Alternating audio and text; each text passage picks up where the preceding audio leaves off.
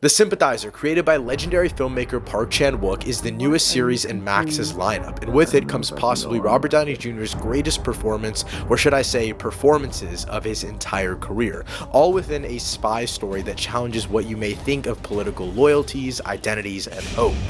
Đây là một nhiệm vụ tự sát.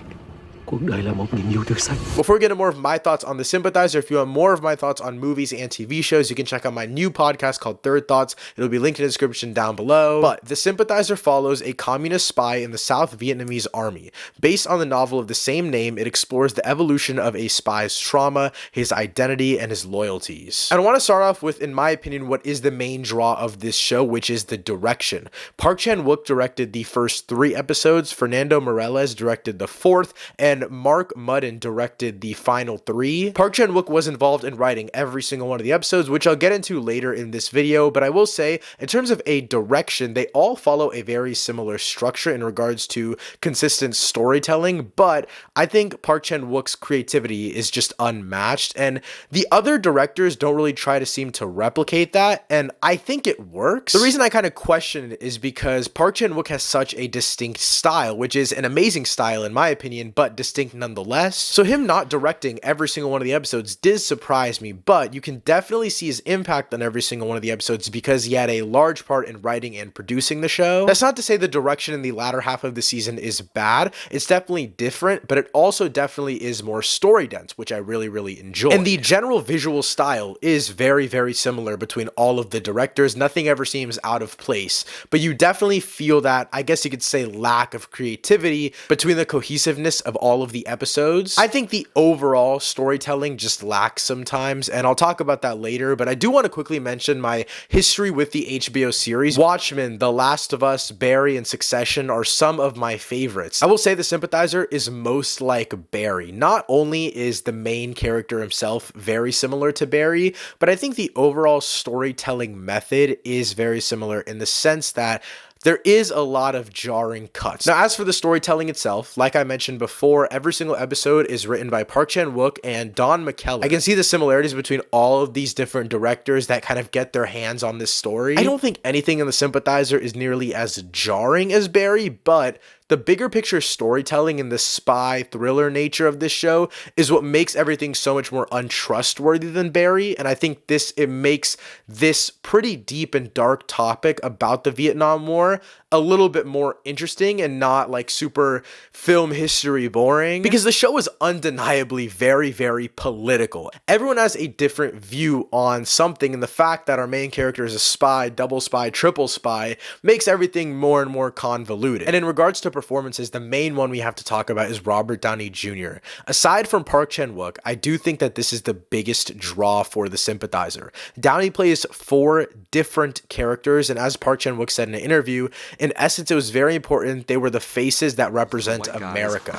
그것이 말이 되는 것이 이들은 모두 아시아를 침략한 제국주의의 여러 얼굴들이에요. He plays a CIA operative, a professor, a congressman, and a movie director, and then kind of another small role at the end of the show, but I don't know if it was an actual or something that was just used in kind of symbolism. And I'm not even sure we can say this is Robert Downey Jr.'s best performance, because aside from the blatant line readings, the looks, body movements, and honestly inch-by-inch details of every character is so drastically different that it is 4 completely different performances, and it is safe to say that this is the most range that not only Downey has ever shown, but honestly, maybe any actor in Hollywood. And it's nothing that's even super technically advanced. They're not doing some crazy CGI work to get them to interact with one another. It's very simple character work. It's simple choreography. It's simple movement. It's something that's so basic that I feel like even student films could pull off, just in regards to a camera sense. I mean, Park Chan-wook is very flamboyant as a director, and he always works with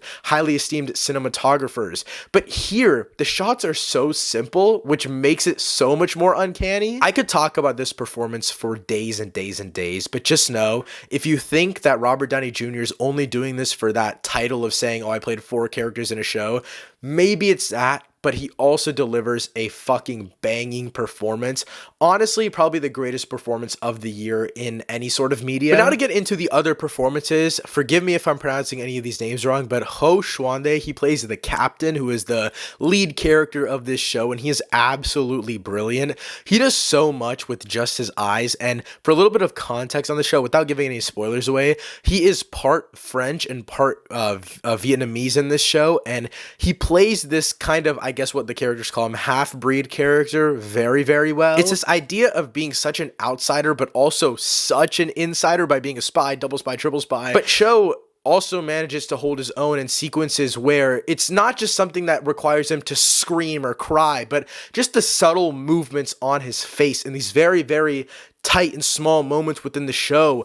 He conveys such powerful emotion with just his body language, which I can't say for many other performances in this show. And then Tuan Lee plays the general, who he has a big story impact, but not necessarily that much screen time, but the screen presence is absolutely insane for him. He plays the general, but he's also stationed in the United States, and I think that he really, as a character, peaks within the first 2 episodes, but he is a great story catalyst within the back half of the season, which I really, really enjoyed. But the final performance I want to talk about is the character I mentioned before, Bon. He's played by Fred Kahn. He is absolutely amazing. His character arc is so sad, it is so beautiful, and it's so unexpected. I expected his character to kind of get out of this show, exit a lot earlier, but they managed to defy expectations and defy what this character kind of, the path he should go down, and give him a better path to go down, which made me very happy. It made me very excited as someone who loved this character. That's pretty much it for the performances though. I mean, to sum it up, they're absolutely amazing across the board.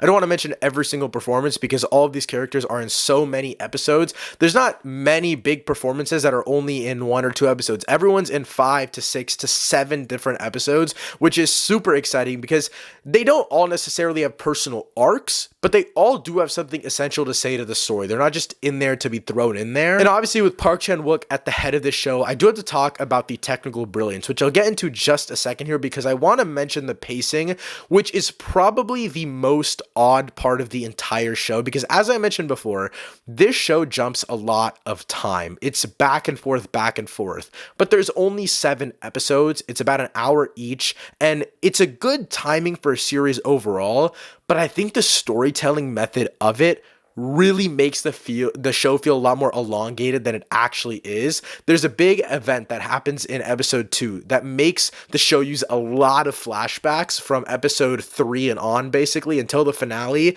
which is really fun for character knowledge and kind of this like mystery that's going on where you don't know the ending, but you can figure out that since the character is narrating it on the back half, he hasn't really died yet. So there's a lot of great tension that's built, and it's fun for character knowledge. But I would lie if I say that it didn't dilute the overall story for me. It's not that I didn't like the story, but at times it made me a little disinterested in the overall story, and it made me kind of step back and be like, hey, this is very, very entertaining, but where are we going from here? Because I feel like we're kind of directionless for about 2.5 episodes now. But with that being said, I have to end off this review by talking about the technical brilliance of this show. The score is fucking amazing. If you don't even watch this show, at least listen to the score on Spotify. There is such a variety of music and sounds. It's kind of absurd. The score is something that really stays consistent even without Park Chan-wook in the director's chair, but I will say the overall technical flamboyancy and all of these really cool transitions that you see on TikTok and on Twitter clips and stuff like that, it's not as prominent in the show without Park Chan-wook in the director's seat, but even the episodes not directed by Wook, they are more story dense. And since they're in the back of the show, I really don't mind it. And it's kind of a trade-off of having these really cool technical things instead of having a lot of dense story, which in Park Chan-wook's movies, we get to have both. But I guess since it's a series, we have to pick. But overall, HBO's The Sympathizer is absolutely awesome. I don't think this show is perfect by any means, but it has a lot of amazing elements, from Robert Downey Jr.'s 4 to 5 different characters, Park Chan-wook's technical technical flamboyancies, and even amazing lead and supporting performances, character arcs, and overall storytelling. I think this one is a really, really good watch for people who enjoy war spy thrillers. Overall, I'm going to give The Sympathizer an 8 out of 10. I definitely give at least the first few episodes a shot if you think you'd be interested in it. But that wraps up all my thoughts on The Sympathizer. I also wanted to mention over 98% of you guys who watch these videos aren't yet subscribed. So if you did enjoy this video and don't want to miss out on more of my movie and TV show reviews, you should definitely hit that button. Thank you so much for watching. I'll see you next time. Peace.